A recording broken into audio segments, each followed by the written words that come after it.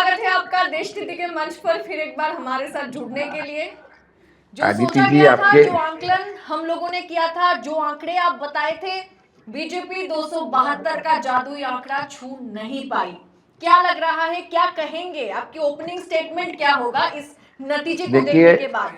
मैं आपको भी बधाई देता हूं। आपके यहाँ पे भी लगातार कार्यक्रम, और हम जो कह रहे थे कि 230 235 पे बीजेपी आएगी, करीब करीब वहीं बीजेपी अटकी हुई है। और ये रॉकेट साइंस नहीं था, ये हमको दिख रहा था। पता नहीं जो एग्जिट पोल हुए वो इतना कैसा बर्बाद कर दिए, या तो ये करवाए गए हैं। एग्जिट पोल किसी एक जगह से आए थे। आज हम उस पर बात नहीं करेंगे, चलो हो जाता है, फेल हो जाता है, कई बार हम फेल हो गए।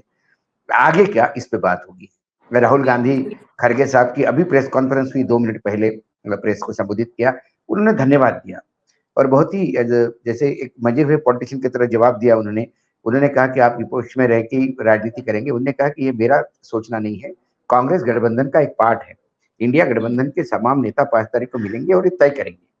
देखिए, बीजेपी के पास भी जो अभी बीजेपी का जो आंकड़ा आ रहा है कि एनडीए, मुझे अभी प्रधानमंत्री भी जाएंगे वहां पे मंत्रालय, और बाकायदा मतलब बीजेपी के कार्यालय में जाके और ये अनाउंस कर देंगे कि हम तीसरी बार जीत गए हैं और एनडीए गठबंधन 290 के आसपास पहुंच गया है, ये घोषणाओं करेंगे।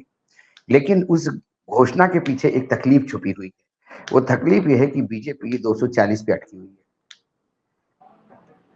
बीजेपी अपने बलबूते पे सरकार बनाने के लिए उनको 30 सीट चाहिए, और उन 30 सीटों में जो बीजेपी के पास, यदि हम कहें कि 189 सीट्स है या 190 सीट्स है, उसमें से करीब करीब 30 सीटें जो है वो टीडीपी और जनता दल यूनाइटेड से आती है। यदि ये गायब हो गए, यदि ये 30 सीट चल गई, तो ये आंकड़ा जो है 260 पे आता है। 260 पे एनडीए सरकार नहीं बना सकता। अब लोग ये कहते हैं कि भाई इन लोगों को तो मोदी जी का विरोध ही करना है, इसलिए ऐसे बोल रहे हैं। सवाल ये है कि चंद्रबाबू नायडू जो आंध्र प्रदेश में बीजेपी के साथ पार्टनर थे, वो विधानसभा में भी चुनाव लड़े हैं और विधानसभा में उन्होंने एब्सोल्यूट चुनाव मतदान किया है। बीजेपी को वहां कुछ सीटें मिली, 3 4 सीटें मिली है, लेकिन उसके भरोसे, वो बीजेपी के भरोसे वहां सत्ता में नहीं है। तो आंध्र प्रदेश में चंद्रबाबू नायडू मुख्यमंत्री होंगे, एब्सोल्युटली उनके कंट्रोल का सरकार होगा, ये बात तो बिल्कुल क्लियर है। लेकिन चंद्रबाबू जी को जो मैनिफेस्टो है वो लागू करवाना, उसमें 4% मुसलमानों को रिजर्वेशन है, हर मस्जिद को 5,000 रुपए महीना मेंटेनेंस चार्जेस है, 100 करोड़ रुपए हर साल बजट में देना है नूरी कारपोरेशन को, जो मुस्लिम समाज के लिए है। तो ये तमाम बातें बीजेपी कितना अपोज करेगी। बीजेपी जो मुस्लिम विरोधी बीजेपी ने, उन्होंने कहा कि हम धर्म पे, लगातार मोदी जी झूठ बोलते रहे जनता से कि मैं धर्म पे रिजर्वेशन नहीं दूंगा। आंध्र प्रदेश में वो रिजर्वेशन देने को तैयार थे, वो दे भी रहे थे और देंगे भी हमें। तो सवाल ये है कि चंद्रबाबू नायडू से स्टैलिन की बात हुई, चंद्रबाबू नायडू से शरद पवार की बात हुई, चंद्रबाबू नायडू से अखिलेश की बात हुई। जनता दल यूनाइटेड के जो नीतीश कुमार है, वो बेचारे एकदम गायब थे। अभी सुना मैंने, फिर अब लोगों से मिलना शुरू कर दिया उन्होंने। तो ये दोनों लोग बीजेपी को ऑक्सीजन पे रखे हुए हैं। नरेंद्र मोदी जी कभी चुनावी राजनीति में रहे नहीं, पहली बार मुख्यमंत्री बने जाके ऊपर से, तो ऑलरेडी विधानसभा में भाजपा को बहुमत था। वो लगातार चुनाव बीजेपी का लड़ते रहे और बहुमत की ही सरकार बनाते रहे। मिली जुली सरकार बनाने के वो आदि नहीं। केंद्र में आए तो पहली बार उन्होंने अपने बलबूते पे सरकार बनाई। फिर उसके बाद जब वो दूसरी बार लड़े तो फिर 300 पार गए। तो उन्होंने जिस तरह से अभी तक सत्ता भोगी है, मैं सरकार चलाई नहीं बोलता हूँ, क्योंकि उन्होंने सत्ता भोगी है, वो सत्ता भोगना जानते हैं। वो उन्होंने वहां पे भी भोगी है और यहाँ पे भी भोगी है। क्योंकि सत्ता भोगी जो होता है वो सत्ता अपने लिए भोगता है, और जो सरकार चलाता है वो गरीबों के लिए चलाता है। यदि गरीबों के लिए सरकार चलाई होती तो आज ये हश्र नहीं होता पार्टी का। पार्टी 240 250 तक नहीं पहुंच पाई, 370 की बात कर रहे थे, 400 की बात कर रहे थे। ये जो अहंकार फुट फुट के बोल रहा था वो बाहर आ गया। अब सवाल है इनके साथ जाएगा कौन। जी, वही है कि यहाँ से कहीं इंडिया और एनडीए का मूव क्या होगा? मुंह क्या होगा? देखिए, इंडिया गठबंधन ने अपने पत्ते खोले नहीं। उसने कहा बनाइए सरकार आप, कल 5 तारीख को तय होगा। आज ये हो सकता है कि बीजेपी कल इंडिया गठबंधन की बैठक है तो रातों रात ही मोदी जी अपने कुनबे को लेके जाए और बोले कि हम एनडीए गठबंधन को हमको सीट मिली है और हमको शपथ दी चाहिए। सवाल है मिनिस्ट्री कैसी बटेगी, स्पीकर किसका होगा।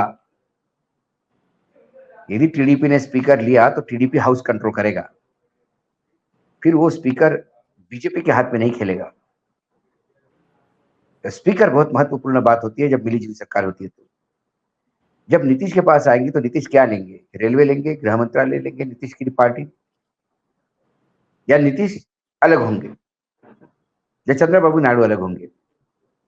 क्योंकि जो बीजेपी के साथ गया उसको बीजेपी ने निपटाया, ये बीजेपी का फॉर्मूला रहा खासकर 2014 से। सारे क्षेत्रीय दल, और लेटेस्ट एग्जांपल है बीजेडी। बीजेडी के साथ मिलकर सरकार बनाने का तय किया, चुनाव लड़ने का तय किया। बाद में बीजेडी और बीजेपी ने मिलकर यह तय किया कि हम अलग अलग लड़ेंगे।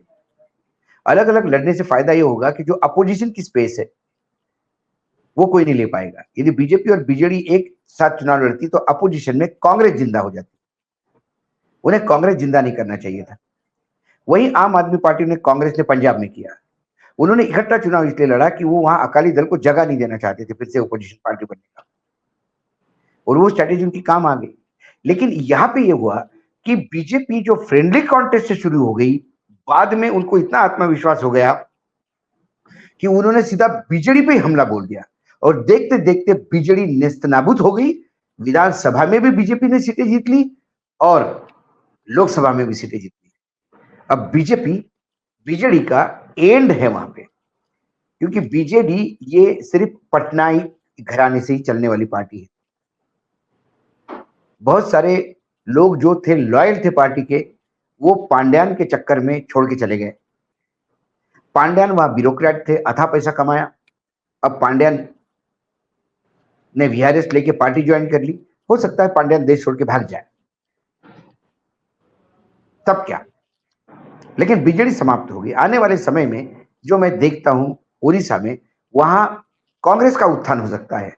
बीजेपी एक पहली पार्टी होगी और उसका अपोजिशन वहां कांग्रेस होगी, क्योंकि जो बीजेपी में नहीं जाना चाहता है उनके लिए जगह कांग्रेस की सिवा कुछ बची नहीं। बीजेडी समाप्त है। नवीन पटनायक में वो ताकत नहीं है, हेल्थ नहीं है उनकी इतनी कि वो पूरे प्रदेश में यात्रा कर फिर पे जन जागरण कर अपनी पार्टी की नींव मजबूत करे। अब लेकिन ये वांगेरे काम सर, कांग्रेस। सवाल तो यही है ना, अगर नरेंद्र मोदी जो है वो सहारे के दम पर सरकार बनाते हैं, उसके आदि तो वो है नहीं ना। वो जो रुतबा उनका था वो तो खत्म हो जाएगा। उन्हें तो 2/3 मेजोरिटी चाहिए था। मैंने कहा ना, सवाल यही है।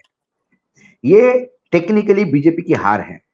यदि भारतीय जनता पार्टी जो पहली बार 2014 में मोदी जी 277 सीट लेके आए जो अपने बलबूते पे मेजोरिटी थी, उसके बाद 300 पार लेके आए जो अपने बलबूते पे मेजोरिटी थी, इस बार 250 के लाले पड़ गए। 200, मैं कई बार बोलता था कि 272 के लाले होंगे, 230-35 तक सीमित रह जाएगी पार्टी, वो सीमित रह गई। क्यों रह गई? यदि बीजेडी मतलब उड़ीसा में साथ नहीं मिलता, कर्नाटक में साथ नहीं मिलता और मध्य प्रदेश यदि सीटें नहीं देता तो बीजेपी 200 से भी नीचे जाती। इसलिए मुझे लगता है कि अभी ये सरकार बनाने में जल्दीबाजी करेंगे, लेकिन ये सरकार चलेगी कैसे, कितने दिन चलेगी? क्या चंद्रबाबू नायडू मुख्यमंत्री जो है सोरेन और जो मुख्यमंत्री है आम आदमी पार्टी के, उनको जेल में देखना पसंद करेंगे? वो भी क्षेत्रीय दल है। क्या वो डिक्टेट करेंगे टर्म्स? गृह मंत्रालय कौन लेगा? की पोर्टफोलियोज कौन लेगा? देश कौन चलाएगा? फंडिंग कैसा होगा? ये कई चीजें होगी। मिलीजुली सरकार एक बहुत बड़ी कसरत होती है। क्या मोदी जी वो कसरत करने के आदी है? मोदी के पास एक आदमी भी नहीं है जो अक्रॉस द पार्टी लाइन बहुत अच्छे संबंध रखे। मोदी जी के जो मैन फ्राइडे है या जो राइट हैंड है, या मैं तो बोलता हूँ कि मोदी जी के भी ऊपर जो है अभी, वो अमित शाह थे। अमित शाह भी मोदी जी से भी ज्यादा इस मामले में रिजर्व है कि उनका भी वार्तालाप अक्रॉस द पार्टी लाइन नहीं होता। दूसरी बात है, जिस महाराष्ट्र में उन्होंने एक्सपेरिमेंट किया राजनीतिक दल तोड़ने का, वहां उनको जिस हिसाब से विफलता हाथ लगी, ये बात समझ में आ गया कि जनता तोड़फोड़ी का राजनीति नहीं चाहती। आने वाले समय में क्या होगा, कितना पार्टियां टूटेगी, क्या होगा, ये सरकार कितनी स्टेबल चलेगी, या मोदी जी रिटायरमेंट लेंगे, या अभी तो बीजेपी की पार्लियामेंट्री बोर्ड की मीटिंग नहीं हुई, पार्लियामेंट्री या जब सब सांसद मिलकर बात करेंगे तो उसमें कोई उठाव करता है, उसमें कोई विरोध करता है, तो विरोध के सुर आते हैं। क्या शिवराज सिंह चौहान, जिनके राज्य ने 29 सीटें दी है और वो स्वयं 7 लाख 8 लाख वोट से हारे जीते हैं, जीते हैं वो दावेदार वो एक ओबीसी फेस है। संघ चाहे और अक्रॉस द पार्टी लाइन यदि आपको चाहिए लोग, तो फिर गडकरी का एक नाम है, गडकरी के नाम से टीडीपी भी आ जाता है, गडकरी के नाम से स्टैलिन भी आ जाता है, गडकरी के नाम से महाराष्ट्र की 48 सीटें पीछे खड़े हो जाती है मराठी अस्मिता को लेके। और गडकरी यदि प्राइम मिनिस्टर पोस्ट पे आ जाते हैं, नहीं उनका नाम चलता है बीजेपी की तरफ से, तो फिर शरद पवार उनके लिए बाकी सीट मैनेज करने का भी प्रयास कर सकते हैं। ऐसे कई समीकरण बढ़ती बनते बिगड़ते दिखाई देते हैं। अभी तो ये शुरुआत है। आज राहुल गांधी ने धन्यवाद अदा किया सबको, खड़गे जी ने धन्यवाद अदा किया। राहुल गांधी ने कहा कि उत्तर प्रदेश की जनता को, उनके पॉलिटिकल विजडम को हम सैल्यूट करते हैं कि उन्होंने देश को, संविधान को, लोकतंत्र को बचाया। ये सर, मैं ये एक सवाल आपसे ये पूछूंगी कि अगर एनडीए को देखा जाए और इंडिया को देखा जाए, इंडिया के पास ऐसी कोई भी पार्टी नहीं है जो इंडिया छोड़ सकती है, लेकिन एनडीए के पास ऐसी तमाम पार्टियां हैं जो इंडिया के रथ में सवार हो सकती है। देखिए, इंडिया गठबंधन तो नींद कैसे आएगी मोदी शाह को आज? इंडिया गठबंधन तभी टूटेगा जब बीजेपी में नेतृत्व बदलेगा। मोदी जी के नेतृत्व में इंडिया गठबंधन का एक भी हिस्सा, एक भी दल, एक भी घटक दल बीजेपी की तरफ देख भी नहीं सकता, क्योंकि उनको ही डर, उनके ही डर के मारे ये सब इकट्ठा हुए हैं, तो वहां जाने का सवाल नहीं उठता। लेकिन एनडीए में ऐसे कई घटक दल है, यदि उनको लगा कि हमारे वजह से सरकार बनती नजर आ रही है, तो हर पार्टी आवाज उठाएगी, हर पार्टी आवाज उठाएगी। लेकिन कांग्रेस का प्रदर्शन तो अच्छा रहा, 100 पार करना था कांग्रेस को और 100 तो वो टच कर चुकी है। नहीं, कांग्रेस का प्रदर्शन अच्छा रहा, लेकिन आप अदिति जी यदि कांग्रेस का ग्राफ देखेंगे तो वो कैसा बढ़ा। कांग्रेस का ग्राफ सहयोगी दल के भरोसे बढ़ा। महाराष्ट्र में उद्धव ठाकरे और शरद पवार के भरोसे कांग्रेस निकल आई, समाजवादी पार्टी के भरोसे यहाँ निकल आई, एक आध दो सीटें जो आरजेडी की वजह से वहां मिली उनको। कांग्रेस का अपना वजूद कर्नाटक में था, कांग्रेस का अपना वजूद मध्य प्रदेश में था, कांग्रेस का अपना वजूद छत्तीसगढ़ में था, कांग्रेस का अपना वजूद हिमाचल में था, कांग्रेस डायरेक्ट फाइट में थी उत्तराखंड में, कांग्रेस डायरेक्ट फाइट थी आसाम में। यह कांग्रेस ने क्या किया? मध्य प्रदेश में कांग्रेस ने 2 सीटें तक नहीं, 1 सीट थी वो भी गंवा दी। वहां कांग्रेस ने क्या किया, ये सोचने की बात है। राजस्थान में भी जो सीटें मिली है वो वसुंधरा के वजह से मिली है। पिछली बार 43 सीटें विधानसभा में वसुंधरा के लोगों ने जो विद्रोह किया, पार्टी के खिलाफ उम्मीदवार खड़े किए, उस चक्कर में कांग्रेस 70-73 आ गई। उसी समय 11 सीटें ऐसी थी लोकसभा कॉन्स्टिट्यूंसीज की जहां मत प्रतिशत बीजेपी से ज्यादा था, तो विधानसभा के अनुसार ही 11 सीटें तो आनी ही थी। कांग्रेस का अपना प्रदर्शन हरियाणा में क्या हुआ, जहां लोगों को गांव में घुसने दे रहे थे, वहां 50-50 कैसा हो गया? वहां 8 सीटें मिलने वाली थी बीजेपी को, कहां हुई? कांग्रेस को मिलने वाली थी, वो 5 पे कैसे अटक गई? शायद हरियाणा, बिहार और अगर यहां पर देखा जाए तो मध्य प्रदेश में अगर थोड़ा सा अच्छा प्रदर्शन होता तो इंडिया बड़े आराम से सरकार बना लेती। यदि मध्य प्रदेश में 5 सीटें और 10 सीटें यदि वहां कर देते, मतलब 10 सीटों का गैप वहां कर देते, कर्नाटक में जहां इनकी सरकार थी, कर सकते थे। और यदि यहाँ पे थोड़ा सा मध्य प्रदेश में 4-5 सीटें और आ जाती तो 15 सीटों में बीजेपी और 15 सीटें नीचे आ जाती, तो बीजेपी करीब करीब 220-25 तक आ जाती और फिर सत्ता से दूर हो जाती। Congress had failed.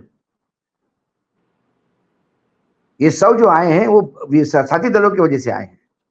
कांग्रेस का अपना प्रदर्शन कहां है? कांग्रेस को अपने गरिमा में झांकना होगा, कांग्रेस को मंथन करने की जरूरत है। कांग्रेस के एक समय ऐसा था यूपीए सरकार में, कांग्रेस के वजह से बाकी राजनीतिक दल का भला होता था। इस बार कांग्रेस पूर्ण रूप से जो 100 सीटें आई है वो सारी की सारी घटक दल की वजह से है। कांग्रेस का अपना दिल्ली में क्या हुआ बताइए मुझे। जी, दिल्ली का हाल जो है वो भी देखकर लग जो रहा था और जो नतीजे आए उसमें अंतर है बहुत। कन्हैया जैसे लोग उतारे हैं, जिसका कोई दिल्ली से लेना देना नहीं। आपने पहले ही बताया था कि कन्हैया तो जीत हाँ, नहीं सकते। जीत नहीं सकता। तो ऐसे आपने उतारे जो है वो सुइसाइडल थे, और यही होना है जी। लेकिन वानखेड़े जी, एक सीट पर तो बात करेंगे, वो है अमेठी। मतलब इस तरह से हार जो अमेठी। है। नहीं, अमेठी का एक बात थी आदिति। अमेठी में पहली बार जब वो लड़ने गई थी स्मृति ईरानी, तब मैं भी था, पहली जब चुनाव में गए थे, और पहली चुनाव वो हार गई थी। लेकिन मोदी जी ने कहा था कि ये हार भी गई तो भी इसने सुसाइड, मतलब इसने जानबूझ के एक बड़े आदमी से टक्कर ली, उन्होंने उनको मंत्री बनाया था। तब भी एक हारी हुई उम्मीदवार होने के नाते वो लगातार 5 साल अथाह मेहनत की उसने अमेठी में, और अमेठी के लोगों को लगा कि देखो चुनाव हारने के बाद भी 5 साल लगातार हमारे लिए आ रही है, तो उन्होंने उनको जितवा दिया।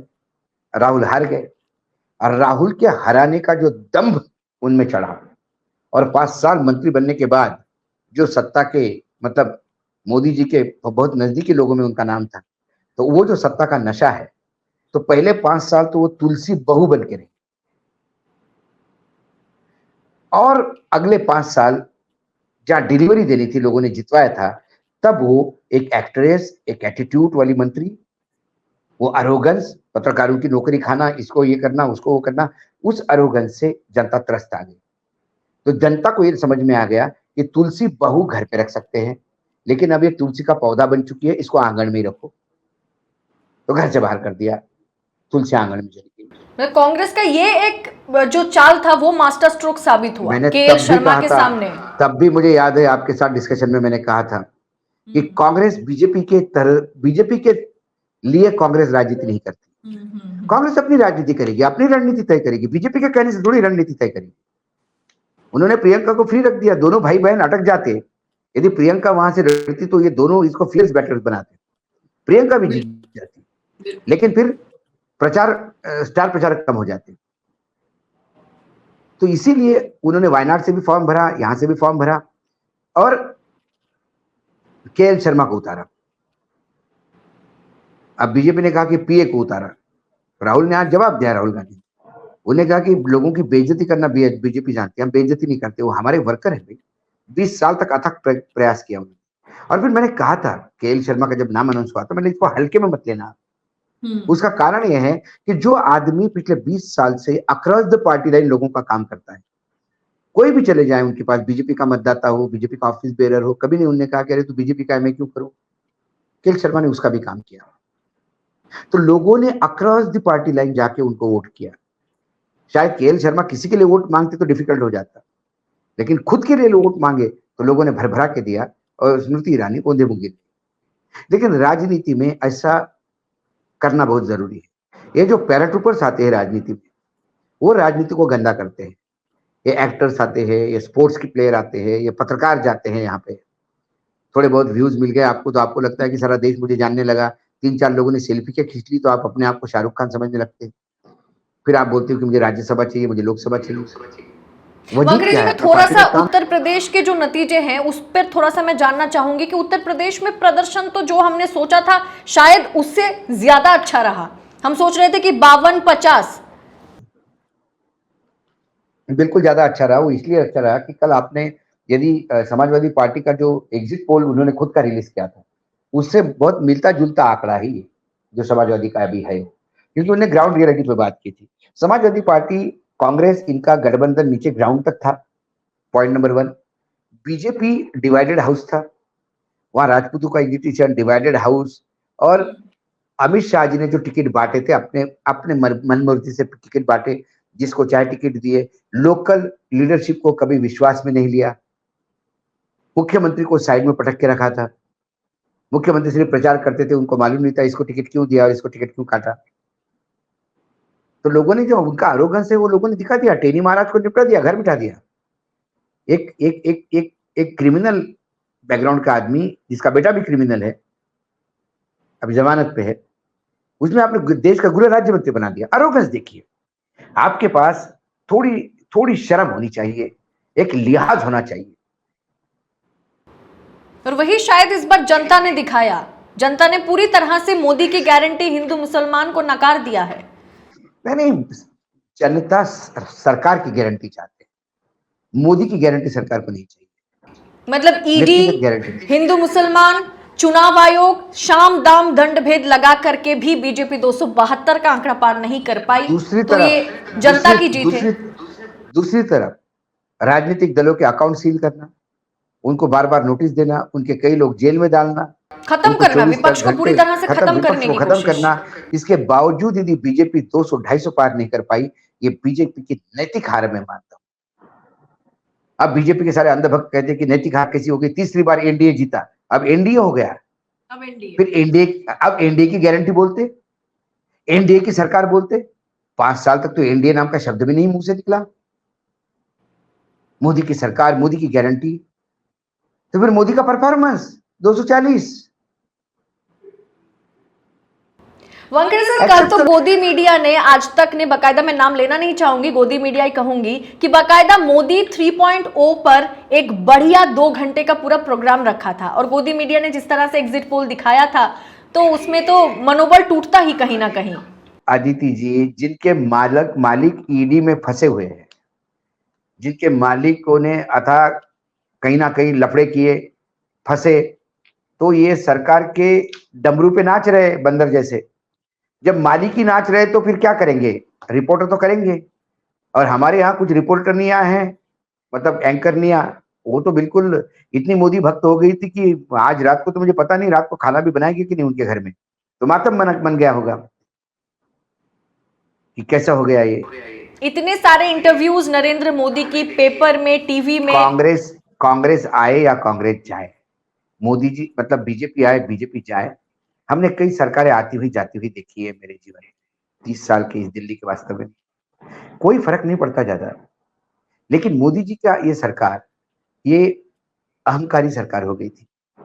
ये बीजेपी की सरकार रहती तो किसी को कोई प्रॉब्लम नहीं था। ये मोदी की सरकार हो गई, मोदी की गारंटी हो गई, मोदी माने सब कुछ हो गया, और वो मोदी भगवान का रूप हो गए।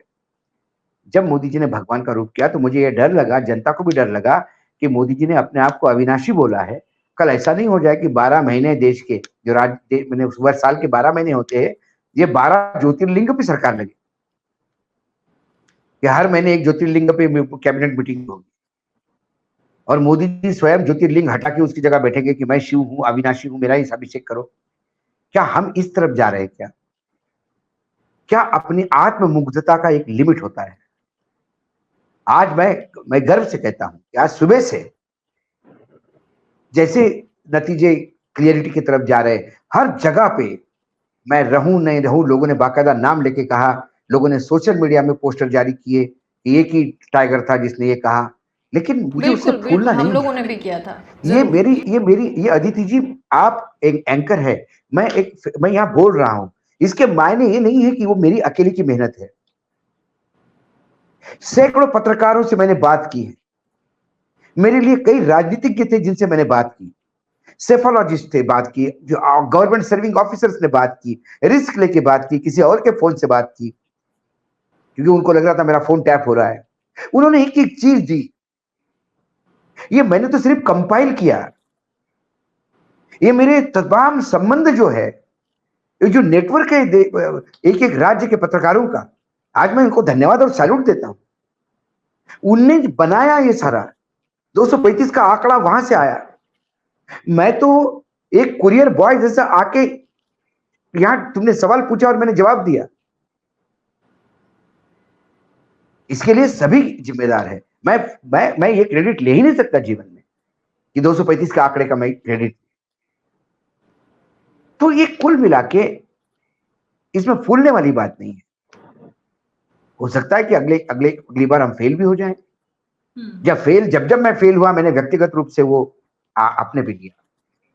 पिछली बार जब मैंने कहा था कि बहुत मुश्किल होगा, 203, 205 और 300 आ गए, तब भी मैंने कहा था I take this my own account, I am responsible for that, it's my miscalculation. ये बाद में मुझे पता पड़ा कि 100 सीटें कैसी बढ़ी, वो एक लंबी स्टोरी है, लेकिन तब भी आकलन मेरा गलत नहीं था। इस बार भी मुझे डर लगा जब ये सब एग्जिट पोल थे, लेकिन मैंने बोला नहीं, मैं सारे प्लेटफॉर्म पे डट के रहा। और मैं आपको बता दूं अदिति जी, जब मुझे मेरे बेटे ने कहा कि अब आज कहीं चुनाव खत्म हो जाएगा तो पापा डिनर पे चले कहीं, तो मैंने बोला बेटा डिनर पे नहीं, एग्जिट पोल जैसे रिजल्ट आ गए तो तुम्हारे पिता आज हर उस पोर्टल पे समय दे दे के जाएंगे जहां उन्होंने 235 बोला है, और डंके की चोट पे लोगों से माफी मांग के रिस्पॉन्सिबिलिटी लेंगे कि यस, इस चैनल की गलती, मैंने बोला था 235, I hold responsible for that. और जब ये नतीजे आए तो मैंने बेटे को बोला कि हम चल सकते हैं, क्योंकि मुझे बोलने की जरूरत नहीं कि हाँ मैंने कहा था, वो जनता को पता है। और मैं तो वो तब भी कहता हूँ कि मेरा कोई इसमें कंट्रीब्यूशन नहीं, सिर्फ भगवान ने मुझे वो चांस दिया कि मैं आके आपके सामने बैठ के बोल रहा हूँ। चेहरा मेरा है, शब्द मेरा, आवाज मेरी है, जबान मेरी है, लेकिन इसमें जो शब्द और कंटेंट है उसके पीछे 600-700 लोगों का मेहनत है, जी एक वानखेड़े जी, कॉन्स्टिट्यूंसी का। यही चीज है जो आपको बाकी लोगों से अलग बनाते हैं, नहीं आपकी नहीं, क्रेडिबिलिटी की बात इसमें अलग इसमें होती है, इसमें क्योंकि मेहनत होती अदिति है, आप इस हर एक राज्य का दौरा करते हैं, लोगों से नहीं बात नहीं करते हैं। अदिति जी, मैं फ्लाइट से जाता हूँ, अच्छे होटल में रुकता हूँ, लेकिन जो धूप में वहां काम कर रहा है वो आके मुझे बताता है कि आइए मैं आपको 3 जगह लेके चलता हूँ, वो इसी गाड़ी में ले जाता है, लोगों से मिलवाता है, वो आदमी मेरे लिए इंपॉर्टेंट है, ये क्रेडिट आज उसका है।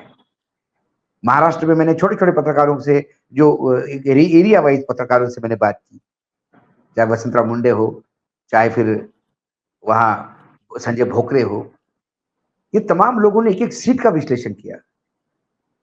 मैंने कई बार आपसे भी पूछा कि बंगाल में क्या हो रहा है, मुझे बताइए उस क्षेत्र में क्या हो रहा है, लेकिन कोई बंगाल में फीडबैक ममता आपने ने भी दिया। पूरी तरह से पूरे मैंने सिनेरियो को ही आपको, बदल दिया। आपने और हमारी बात जब भी ऑफ द रिकॉर्ड होती थी तो आप कहती थी कि ममता इतनी जल्दी छोड़ेगी नहीं, और कई जगह हमको फीडबैक आ रहा था कि 10 तक रोकेगी, ममता ने बिल्कुल रोक दिया। उस शेरनी ने बोल दिया कि मेरे मेरे माद में हाथ मत डाल, don't come to my place, इधर मत आप भी देख। बार बार कहते थे जहां बंगाली अस्मिता की बात आएगी वहां पर बंगाली लोग इकट्ठे सब होंगे। होंगे। ये गुजराती अस्मिता पे गुजरात में लगातार जीतने वाले इंसान को मालूम होना चाहिए था कि अस्मिता सिर्फ गुजरात की नहीं होती, अस्मिता मोदी जी को गुजरात ने भर भरा के दिया, क्योंकि गुजराती अस्मिता का सवाल था। एक गुजराती इंसान प्राइम मिनिस्टर बनता था तो पूरा गुजरात खड़ा हो गया। यदि गुजरात हमला करेगा बंगाली अस्मिता पे तो बंगाल तो खड़ा होगा। तो कहीं ना कहीं वानखेड़े जी, आखिरी सवाल नहीं कहेंगे, एक इंफॉर्मेशन के साथ ही खत्म करूंगी कि जहां अमित शाह ने 6 लाख के ऊपर वोटों से जीता, शिवराज सिंह चौहान विदिशा से 8 लाख वोटों से जीता, राहुल गांधी 3,60,000 वोटों से जीता, वहां वाराणसी में 1,60,000 में मोदी जी अटक गए। गंगा पुत्र है मोदी जी। मुझे एक बात और कहनी है आपको कि जो मुझे सबसे बड़ा, मतलब मुझे जो स्वयं शॉक लगा कि पहले 2 राउंड तक मोदी जी पीछे चल रहे थे। बिल्कुल, हाँ हाँ हाँ। ये मैं उनकी जगह होता तो मैं इस्तीफा दे देता, मैं उसके जगह होता तो भाजपा 270-72 पे नहीं पहुंची, इसकी रिस्पॉन्सिबिलिटी लेता। मैं अपने पूरे परफॉर्मेंस के लिए एक 1.5 लाख का जीत, ये मोदी जी की जीत नहीं। जो आदमी एक फोन पे यूक्रेन और रशिया का युद्ध रोक देता है, रमजान के दिन हमास और इजराइल के बीच में खड़ा हो जाता है कि मेरे मुस्लिम भाइयों को रमजान मनाने दो। ये बात अलग है कि यहाँ मुस्लिम भाइयों को बोलता है कि ज्यादा बच्चे पैदा करते, बाद में बोला मैंने मुस्लिम को बोला ही नहीं। मुझे ये नहीं समझ में आता कि हिंदू ज्यादा बच्चे पैदा करते हैं, और यदि कांग्रेस उन हिंदू के ज्यादा बच्चे पैदा करने वाले गरीब लोगों को पैसा दिलवाना चाहती तो मोदी जी क्यों प्रॉब्लम हो रही है? क्या मोदी जी सिर्फ क्या अडानी के लिए काम करेंगे क्या, गरीबों के लिए नहीं करेंगे? ये सवाल पूछा तो मिर्ची लग जाएगी। तो कई चीजें हमने देखी, मोदी जी को डिरेल होते हुए देखा। मोदी जी का ये आखिरी जो इंटरव्यू का सीरीज चली उसने मोदी जी को बर्बाद कर दिया। मोदी जी को लोगों ने भक्त बना दिया, मोदी जी को भगवान बना दिया, शिव बना दिया, तो वो इंटरव्यू मजाक बना लोगों के बीच। मोदी जी की साख लगातार उससे गिरती आ रही है। इससे अच्छा मोदी जी हम जैसे लोगों के साथ आधा घंटा बैठते तो सवाल जवाब होते, तीखी नोकझोंक होती, तो लोग लगता कि वानखड़े बहुत बोलता है तो मोदी जी ने भी जवाब दिया, एक होती बराबर। लेकिन ये क्या है कि गली के लोगों को बोलो तू बॉल फेंक, और इधर सचिन तेंदुलकर बैटिंग करे और बोले मैं बैटिंग कर रहा हूँ। अरे थोड़ा सा बाहर भी आ जा। थोड़ा हमारा नरेंद्र हरवानी हिरवानी बेचारा रिटायर्ड हो गया है, और रिटायर्ड आदमी का भी एक बॉल झेल के देख तो मानू। और हर एक रूप दिखाते दिखाते अंतिम में भगवान का अवतार जब मोदी धारण करने की कोशिश कर रहे थे तब लोग उन्हें शायद बहुरूपिया कह रहे थे। बस, तो आपको देखिए हमारे सनातन धर्म में भक्त भी पूजे गए हैं। भक्त प्रहलाद भी पूजा गया है, भगवान के भक्तों ने अपनी जगह ऊंची की है, लेकिन जिसने जिसने भगवान का रूप अपने आप को घोषित किया वो आसाराम बापू जैसे जेल में ही गए।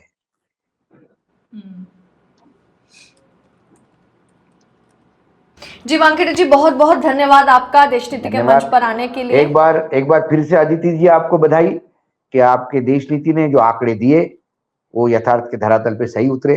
एक बार फिर से बधाई पूरी टीम को आपके धन्यवाद। बहुत बहुत शुक्रिया। और उसमें आपके विश्लेषण की तो कितनी बड़ी भूमिका है ये तो बोलने की और जगह नहीं रखते। बहुत बहुत शुक्रिया। मुझसे बुलवाती थी आप, मैंने आपको कई बार कहा कि अदिति जी मुझसे बुलवाती थी आप।